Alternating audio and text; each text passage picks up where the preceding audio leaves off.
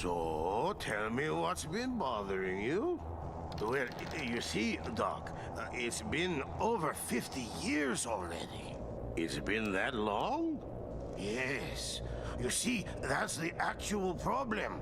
Once I eradicated all the time portals, I thought I would just wait it out, and then the samurai. We don't say his name here. It is a safe place. Hey, howdy, hey, samurais and people that like to fight, I guess. Wolfman 47-S. So today we're going to talk about Samurai Jack, an old show from Cartoon Era from many, many years ago, which started out as a cartoon, or as it's nowadays known as Cartoon Era Originals. Really missing the quirkiness of that.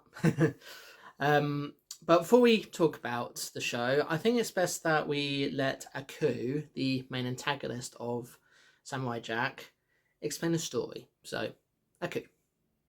Long ago in a distant land, I, Aku, the shape-shifting master of darkness, unleashed an unspeakable evil. But a foolish samurai warrior wielding a magic sword stepped forth to oppose me. Before the final blow was struck, I tore open a portal in time and flung him into the future, where my evil is law. Now the fool seeks to return to the past and undo the future that is Aku.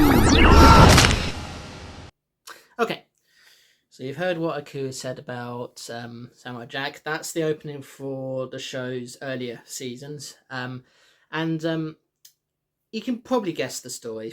Jack goes to the future, tries to stop Aku because Aku is taking over the world from his past.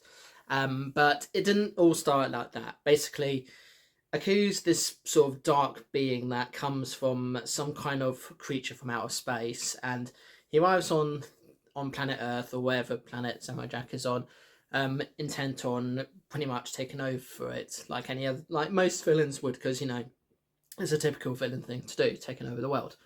So Jack's parents, realizing this, send him out as a child to various teachers to teach him the ways of different fighting styles and techniques. So you got I think you got a sumo wrestler, a Robin Hood character, and a bunch of others, teaching him all these different fighting styles.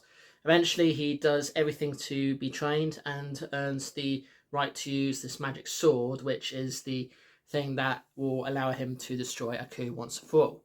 So he sets out to go and do just that, and during the battle, Aku manages to use what remains of his power to send Jack into the future.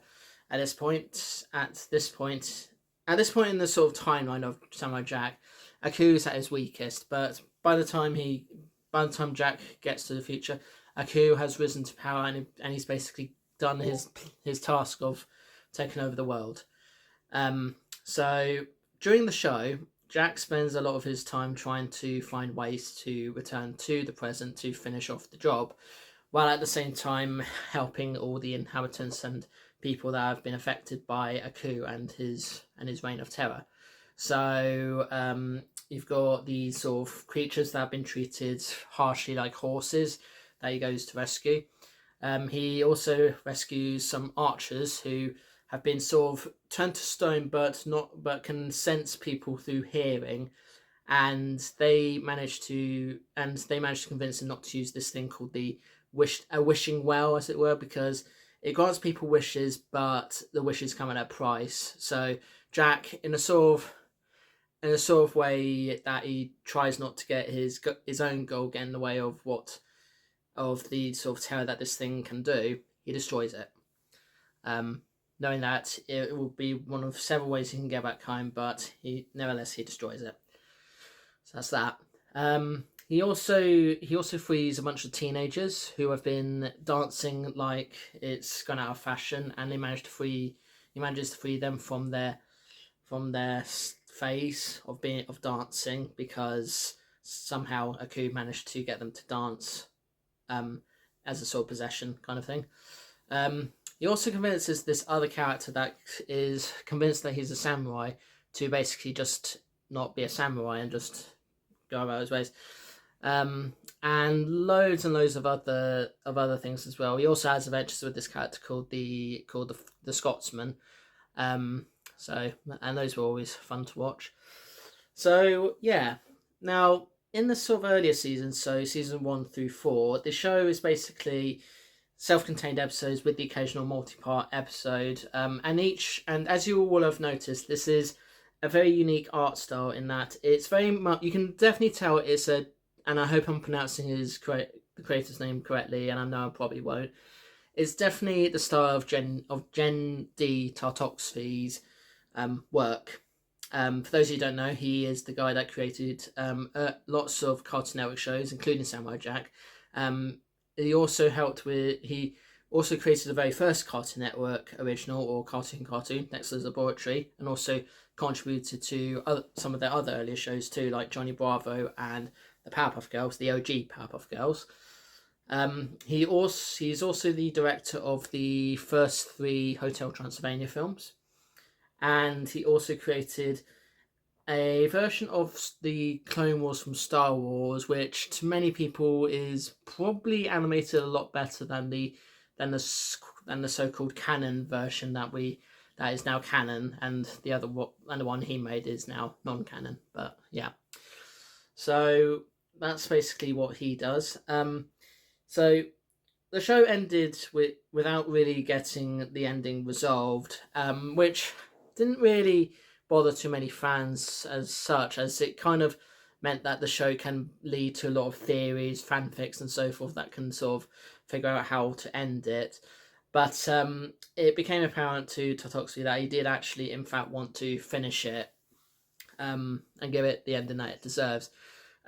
Originally the plan was to turn it into a feature film, just to see it end, but he just eventually decided to go with another series, just because it's been so long since the original show finished, and he just wanted to just continue it in a way that the fans would want him to continue it, which ends up being like a so-called final season, but not on Cartoon Network, on Adult Swim, which to many people is Cartoon Network's sort of like late night slot for cartoons and other shows that are not really tailored towards the audience that Cartoon Network would usually tailor to. Think Robot Chicken, Rick and Morty, and Aqua Teen, Hunger Force, and all that stuff. But so the final season is a bit different in that it's widescreen. The animation is up to standard. And it's pretty much an ongoing story rather than just self-contained episodes, but featuring a lot of familiar faces besides Jack. And it sort of manages to go sort of towards the mature area rather than be the sort of family friendly / or elder kids thing. In that it's featuring a lot of different mature stuff. So Jack actually kills some people this time. It's not a case of he kills robots like he did in the show's earlier seasons. No, this time he actually kills people because he's lost his way, at least for a little while. You also get a few NSFW moments. So his love interest / student Archie spends a few times on the show being naked, and doesn't really sort of understand the concept of clothing. But hey ho, there's what it is. And there's also some sexual / romantic tension between them. There's not really so much profanity being used, but there are a few adult jokes thrown in and some other bits and bobs as well. But you can generally tell on the whole that the later season is actually where everything is kind of at its worst. 50 years have passed, but I do not age. Time has lost its effect on me.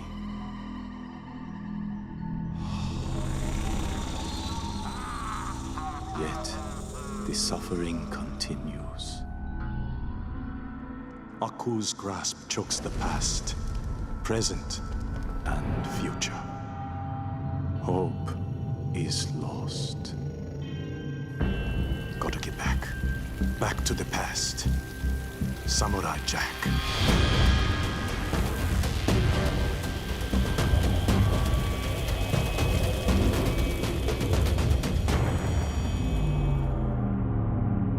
At its worst. So in the sort of final season, Jack and Aku have kind of lost their way. It's been 50 years since the last time portal that Jack could have used to get back home has been destroyed, and he's kind of tried to find a way to sort of continue without the use of his magic sword, which he lost when he killed some innocent sheep, which he didn't realise were at the sheep that he led to the portal. Whereas Aku, he's kind of sort of accepted that Jack will eventually die, but decides not to pursue him anymore because he keeps thinking that he will die eventually. But because time has apparently had no effect on Jack, he doesn't age or anything, so he's just kind of given up on his pursuit for Jack, unaware that Jack has lost his sword. And that's where kind of Archie comes in. Now, Archie is a character that comes from a group of so-called daughters of Aku, because at one point Aku paid these loyal followers of him a visit and gave him some of his blood and so forth that would allow him to have daughters, or offspring as it were. And Archie was part of a group that was set out to hunt down and destroy Samurai Jack, but she was ultimately, because she was the last of her sisters to be alive, Jack spared her, and ultimately convinced her that Aku is not as he seems. So yeah, and what I really like about the show is that it goes against the norms for most cartoons and animated shows, period, in that it's not cel shaded, unlike most shows, because having things sort of like have a black line around it, it's not always the way to go.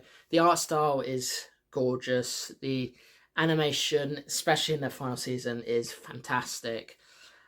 And because it's Jenny Tartakovsky, most episodes have very minimal dialogue. There is dialogue, sure, but it's not like the thing that sort of keeps the show going. It's just looking at the animation and everything. You just take a moment to breathe in and sort of, appreciate it. Samurai Jack is definitely one of those shows that really sort of demonstrates that even though it was made for older children in mind, it's another one of those animated shows that isn't just for kids. You can watch it. You can watch it as a grown up. You can watch it as an very old person. Hell, you could even watch it as a teenager. Maybe not as a baby or toddler, because it is a bit hit or miss. So don't do that. But yeah, it's a good example of a show that is definitely tailored to people that really enjoy these sorts of shows. And it's a shame that Cartoon Network has gone downhill, because the shows like Samurai Jack and other shows I mentioned earlier on, they were great. They were really good, and I really enjoyed them. And I just wish we had more like those. So yeah, Samurai Jack, give it a watch if you can. I think here in the UK it's on Adult Swim, so you may get a good chance watching it on the Channel 4 streaming service. Otherwise, I'm sure there'll be other ways you can watch it. I actually do have the whole series on Blu-ray myself, because physical media rules, and I've also got it on YouTube as well via sort of Google Plays, Google TV stuff. So yeah, that is Samurai Jack. Let me know what you think in the comments below, and I should also mention before I end it that you might be interested to know that the voice actors for Samurai Jack and the Scotsman happen to be the same voice actors that voice Hermes and Bender in Futurama. Yes, Samurai Jack is Hermes and the Scotsman is Bender. Yeah, trying to connect the dots, you know.